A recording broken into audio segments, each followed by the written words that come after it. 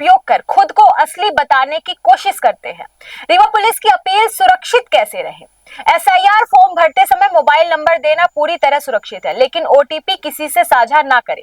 यदि कोई अनजान व्यक्ति कॉल कर रहे हैं कि आपके एसआईआर फॉर्म के लिए एक ओटीपी आया है, हमें बता दे, तो तुरंत मना करें और ऑफिस या बीएलओ से ही संपर्क करें।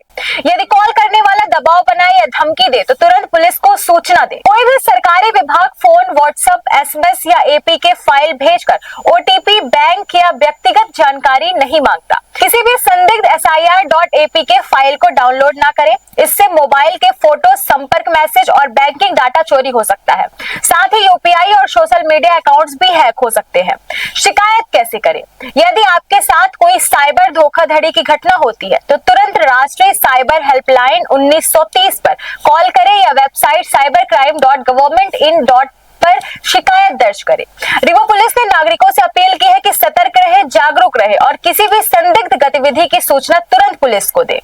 देखिए, जैसा आप सभी की जानकारी में है कि वर्तमान में चुनाव आयोग के द्वारा जो एसआईआर की प्रक्रिया प्रचलन में है, उसमें आप लोगों के माध्यम से मैं सभी को ये बताना चाहूँगा कि इसमें ऐसी जानकारी आई है कि कुछ लोगों ने इसका एसआईआर की प्रक्रिया का फ़ायदा उठा के लोगों से साइबर धोखाधड़ी करने का इसमें प्रयास कर रहे हैं। तो इसके विषय में मैं सभी को ये कहना चाहूँगा कि उसमें सभी लोग ये ध्यान रखें कि यदि कहीं से कोई ओटीपी आता है और उसके बाद कोई कॉल करके अगर उस ओटीपी को मांगता है कि हम चुनाव आयोग से बोल रहे हैं और हमारा एसआईआर का काम है और आपको ओटीपी आया है और आप इसके लिए हमें अपना ओटीपी भेज दें, तो किसी भी व्यक्ति को कॉल के माध्यम से, मैसेज के माध्यम से, व्हाट्सएप के माध्यम से किसी भी तरीके से किसी व्यक्ति को कोई ओटीपी देने की आवश्यकता नहीं है। यदि कोई कुछ कहता है तो आप उसमें उसको ये कहिए कि हम अपने बीएलओ से इस विषय में बात करेंगे, उनसे संपर्क करेंगे और जो जानकारी देनी है अपने बीएलओ को ही देंगे। ठीक है। दूसरी चीज़, अगर वो कहता है कि किसी प्रकार की कोई एप्लीकेशन इंस्टॉल करनी है, सपोज SIR.APK, जैसे एंड्रॉयड के फ़ोन में अगर कोई APK की फाइल आपको बोलता है कि ये आप अपने इसमें इंस्टॉल कर लीजिए, तो किसी तरह की कोई APK फाइल जो है एप्लीकेशन की, उसको डाउनलोड करके इंस्टॉल मत करिएगा अपने फ़ोन पे।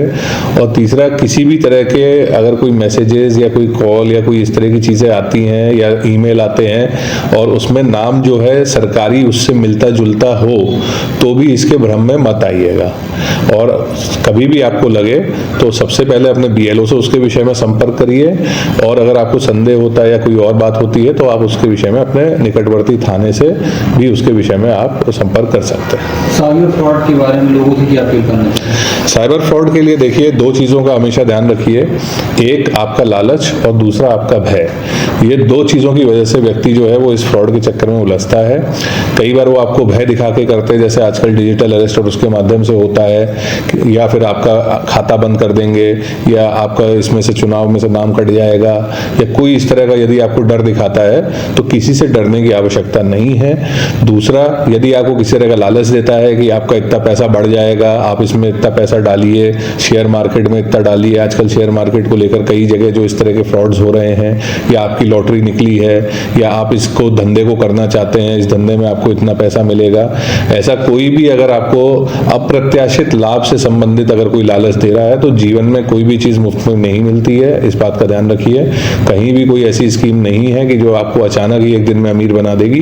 तो इसलिए किसी भी ऐसी चीज़ों में अपना पैसा मत डालिए और इन्वेस्टमेंट मत करिए, ना उसमें किसी तरह का आप जो है ओटीपी के माध्यम से अपने पैसे किसी खाते से किसी खाते में बिना जानकारी के ट्रांसफर मत करिए।